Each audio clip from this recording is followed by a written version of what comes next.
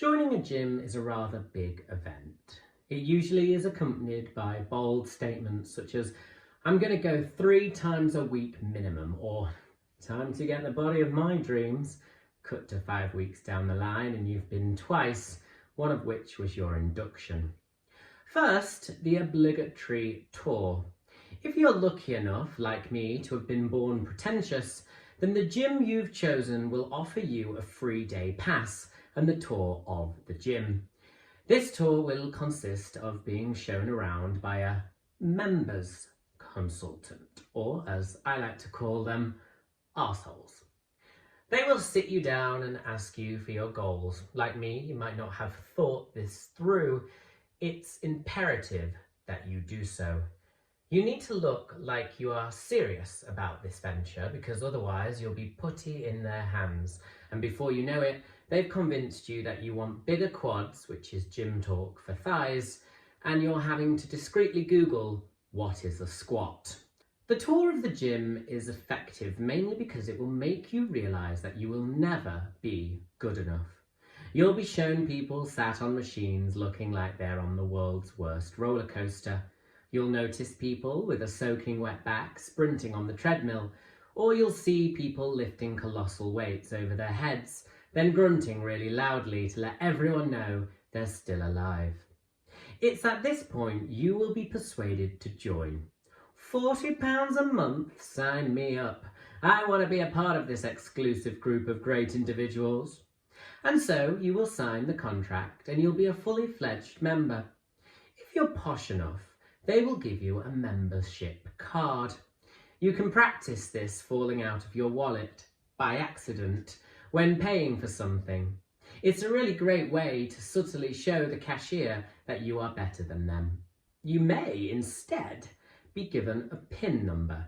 It's not like a normal PIN either, it's about 15 numbers long, and in fact, by the time you have found your PIN, which is saved in the notes folder of your phone, and then entered it to gain access, your booked class of legs, bums and tums will have already started and you won't be allowed in.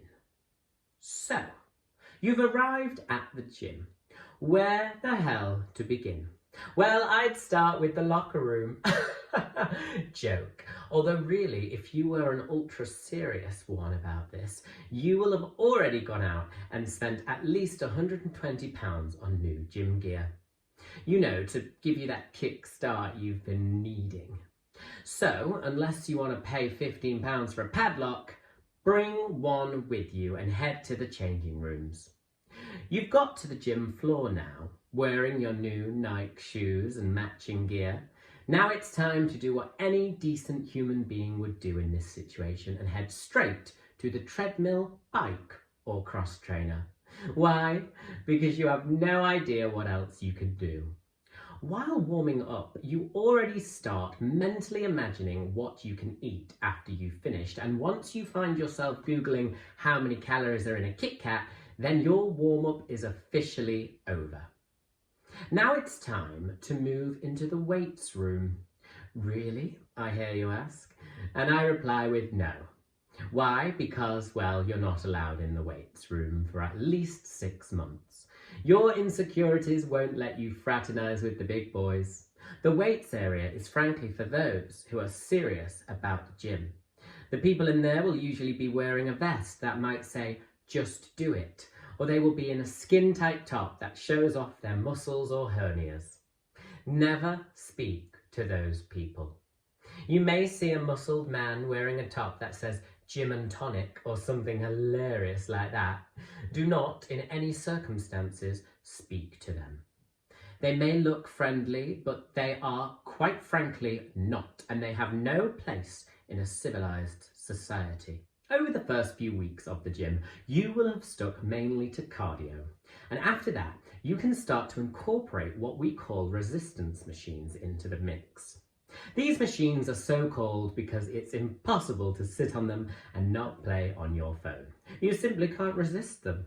Once you've worked out how to use it, do make sure you start with a weight that isn't too generous. We've all heard the apocryphal story of the man who once set the highest weight on the leg press machine, which consequently flattened him, leaving him to spend the rest of his life living as a yoga mat. That's not actually a true story, I made it up. The main thing to remember after doing any form of resistance, or if you've defied all rules, free weights, is that after doing them, you will suffer. Did you do legs? Prepare not to walk for 5 days. You worked out biceps? Good luck reaching for the top shelf. It just won't happen. You will have what we call in gyms DOMS. DOMS is a great acronym that stands for Delayed Onset Muscle Soreness.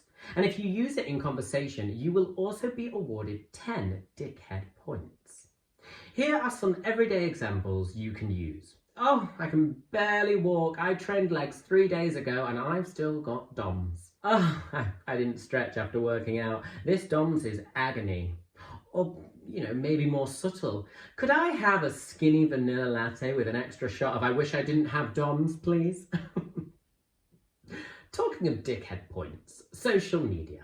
You didn't think you were going to join a gym and not tell anyone, did you? Ridiculous. One of the best ways to do this is to post a picture. Perhaps it's a picture of you just after finishing a 5k run, and if so, pour a little bit of water down your front to make it look like sweat. Or maybe it's a picture of your yoga mat. No, not the person who lived his life as one, but a normal yoga mat with the caption 6 a.m. Pilates.